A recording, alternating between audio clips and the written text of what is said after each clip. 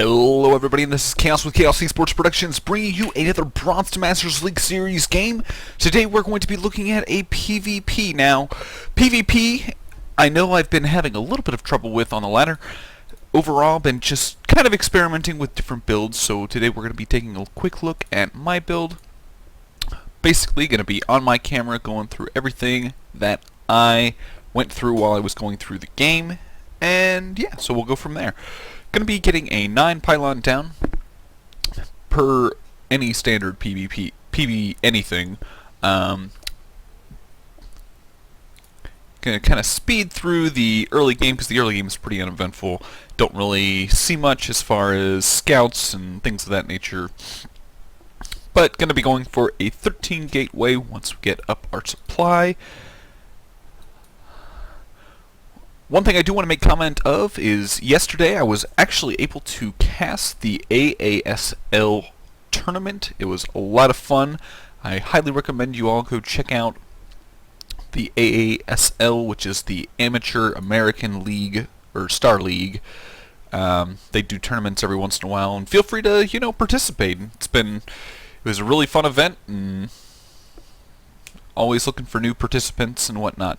So we're going to come in here and we're going to see a double gas, kind of a standard build order from most Protosses nowadays. Now, this usually can be implicative of Dark Templars, Stargate, or I guess Robos getting the double gas early isn't necessarily needed, because obviously you can sustain a Robo on one base with one gas, but obviously you're going to be a little bit more zealot heavy than you are Stalker.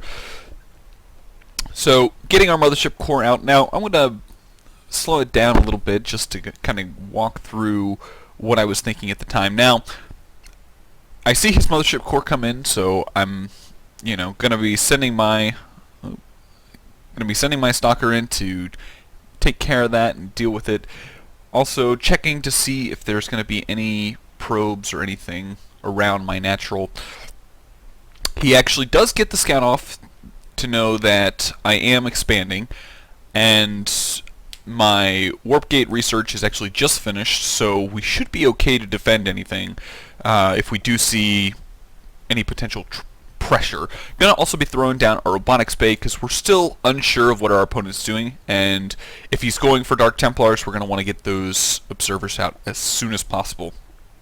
Now, I went ahead and left the Zealot on the watchtower, as you can see in the mini-map, and this basically just shows me whether or not my opponent's coming, and as we see he's moving out. We didn't see a probe with it, so we're fairly confident that he is going to be pushing. The probe probably is somewhere back in here, putting back over in this region, putting a pylon down.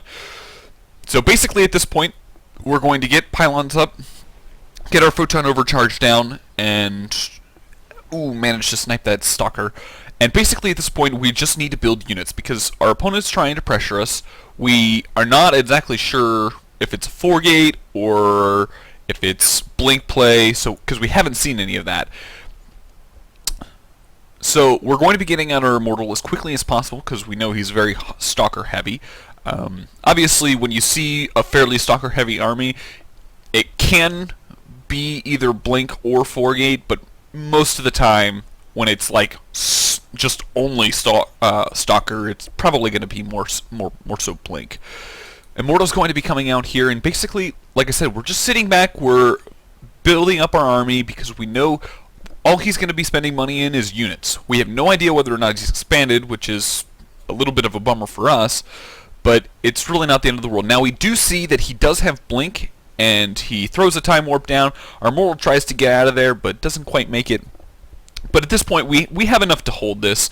We don't quite have enough energy for photon overcharge, but since we have the warp in advantage in that we can continue to warp in, we pretty much hold it off single-handedly, no big deal. Behind this, we're basically just going to be continuing to build Immortals and then start getting our upgrades because he's committed fairly heavily into this attack, and we're already on 2 bases. Yeah, we don't know whether or not he's got his natural up, but we're going to be sending a scout here very shortly to go take a look at his natural. So, probe's going to be building a pylon, I believe. Yeah, here's where first probe goes out. Now, he does scout it and actually manage to kill it. Gonna pick off one stalker and then just kind of come back and pull another probe here shortly. Yeah, there we go. So that probe is going to be moving out, going to be placing a pylon down kind of in this region, just so we can throw a couple zealots in into his natural just to see what he's got. Now, we go over here to kill his pylon, but give him the opportunity to walk in. Obviously, we're immediately walking back. I did not photon overcharge. And basically, he just gets a scout off. I think he really only killed a single zealot right here. And, you know, he didn't really get a whole lot of damage, so it wasn't the end of the world. Now, if he had been smart, he probably should have gone for the probes, because obviously probes are the less probes that I have, the less mining that I can do. So yeah, so going to be getting our immortals up. Pylons are finished down here, so we're going to warp in a couple of zealots, send it into his natural, and kind of get a feel for what our opponent's doing as far as tech goes. Now, we're going to walk in here, and we're actually going to see that his expansion's down, but we do notice that he doesn't have many probes, which means we've been on 2-base significantly longer than he has, and we're fairly ahead. Now, why he sent his mothership core over here, I have no idea. It more or less just gets picked off, and that's the end of that. So yeah, going to be getting a whole bunch of more gateways up, so that puts us up to a total of 6. Upgrades are working. He does scout my pylon, which is no big deal, but I've got a second one over here that he has yet to scout yet. Also, going to be getting our, let's see, where is it? Ooh, robotics bay is up, getting out our extended thermal lance, and our first Colossus should be popping out here momentarily. As far as upgrades go, we're pretty far ahead in the upgrades. You can see that he's working on getting his forges down. My +1 is already done. So basically at this point we're going to be moving out.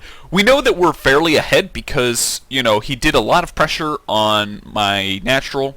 Wasn't able to really accomplish anything. Yeah, he picked off a mortal here and some units there, but he didn't really do any economical damage, which means we were happily probing pretty much the entirety of that battle, and our opponent was sitting on one base. So as you can see, the supply is significantly in our favor. We're going to walk in here, and he's going to be like, oh snap, gotta blink away. Now, I should have put my zealots in front, but, you know, this kind of stuff happens. Going to warp in a couple zealots to deal with him countering my third. We're going to snipe the natural, and then we're going to immediately back out, because we've done the damage that we need to do. He's so far behind in the economic race that, you know, he's not going to be able to compete with our production as well as our upgrades. I mean, we're already getting +2. Yeah, he might be getting double upgrades. Well, yeah, double upgrades. But at this far, we're just so far ahead that we can kind of come in here and not have a big deal, you know. This engagement goes fairly well. Moves his Colossus in because he doesn't quite have extended thermal lance. I went ahead and got some Dark Templars just to throw those at his base while I was sitting here attacking his front, and he goes ahead and GG's, and that is more or less the end of this. So I hope you guys enjoyed this episode of this Bronze to Masters League series. Feel free to check me out on Twitter and Twitch. I will leave those links in the description. Also, if you want to see me play these games... Oh, wow, back up. If you want to see me play these games live, check me out on Twitch. Follow me there. I do stream all of my games that I play.